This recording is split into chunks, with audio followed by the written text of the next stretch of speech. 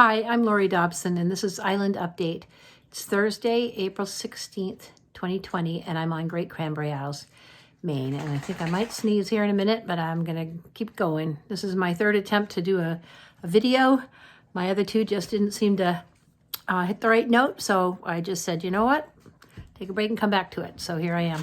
I wanted to, I took a actual, at 6 o'clock, there was on Channel 5, WABI, there was a report of a woman, a 60-year-old woman on Swans Island named Donna Weigel, and I know her and actually had a great talk with her today. She told me about this story about her tonight, so it was a coincidence, on Channel 5 about her being the stage 4 ovarian cancer that she's had for 5 years, so she's doing really well, surviving it. And she's raised a lot of money taking her Harley around the country, raising a lot of money for ovarian cancer. She's a pretty awesome woman. She's very strong-minded. She's had some run-ins with her town officials, she says, and just has tried to do her best in her town, raising issues of the people's public health and concerns. So I use her. I kind of looked at her as one of my role models, and heard about her a while ago, and it was really great to have such a good talk today. And she told me something that during the Spanish flu, the influenza of 1918, there were 800 people living on Swans Island, and they were known to have had a bad outbreak there of the flu. And out of the 800 people, they had, 260 got the flu, and they had 10 deaths. Actually, she said 20 in all during that time. So if you took that to mean, to transpose it to today, it's twice the population they have now, she said.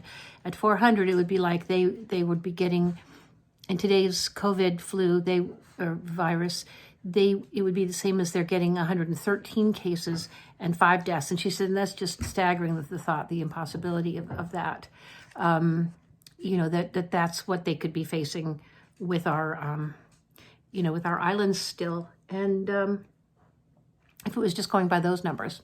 And we know this virus is a lot more contagious, supposedly, what we're trying to learn about it. And she also just said some other great things to me that I, really took to heart in general. She's learned how to, she said she's outspoken. It makes people nervous. She's a thorn in their side.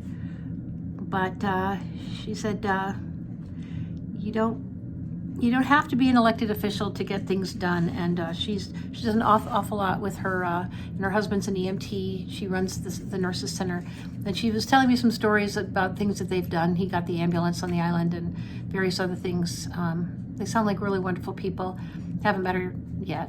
And but she also said that they saved somebody's life once, 44 minutes of CPR, a lobsterman, and got him back. And he made it, and he recovered. He recovered from a lot of things to get back again. But can you imagine someone that close to death doing CPR that long?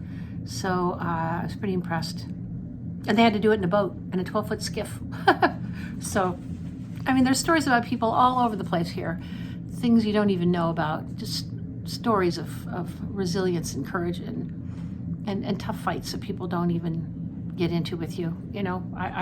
You hear a few things from me, but I haven't told you all my fights. But, I think it's important to just stand for what you believe, but also realize when it's better to hold your tongue and deal with situations as they are and accept them because the laws of things are always changing. And I've learned a lot through AA and the spiritual principles of that, to know that you always try to look for your own what your own participation in any issue. You keep your own side of the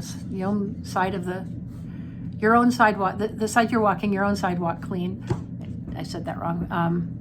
But you know, what people think of you is not your business. It's your job to be honest, caring, and truthful. So I've been attempting to do that with these videos, and I know sometimes I've missed the mark. I've said probably more. I've been in people's faces more. I've urged more from the selectmen without saying that I recognize their efforts, that they are doing everything that they believe they can be. I continue to hope that they'll keep going and you know, do the necessary things to take care of us. And because you know, that virus can come here, and we're vulnerable, but we are strong in our hearts and our efforts to take care of each other, and those are things that are the most important. I really think that we have a lot of good here, a lot of solidarity. There's a lot of solidarity in each island, and I think if we could have the Cranberry Isles taken care of together, you know, if we could consider the welfare of each other and not just one island versus another, I think we'd be so much better off. And I think that's something I want everybody to think of, what ways we can support the other island without abandoning our own concerns and needs. But to communicate is a big deal too. So,